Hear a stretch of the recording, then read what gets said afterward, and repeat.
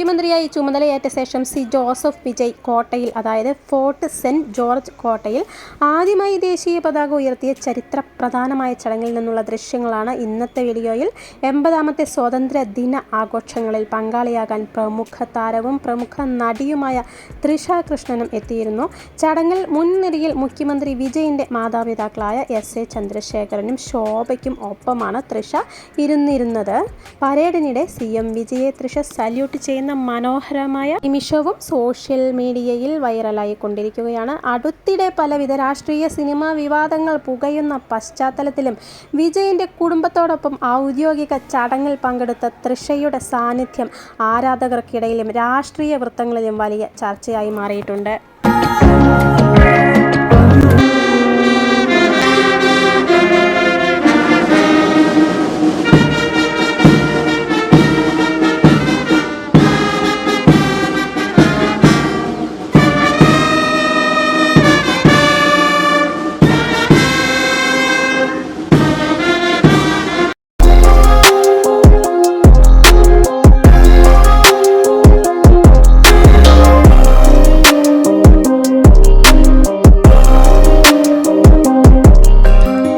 மாண்புமிகு அமைச்சர்கள், நீதியரசர்கள், MLAs, MPs, உள்ளாட்சி பிரதிநிதிகள், தலைமை செயலாளர் உள்ளிட்ட அரசு அதிகாரிகள்,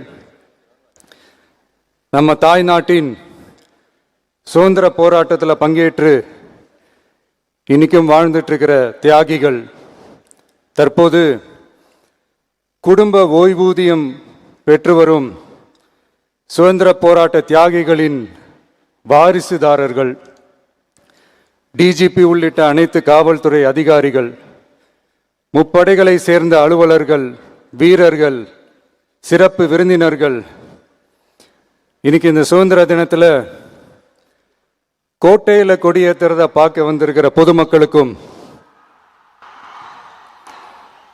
இந்த சுதந்திர தினத்தை கொண்டாடிக்கிட்டு இருக்கிற என் நெஞ்சில் குடியிருக்கும்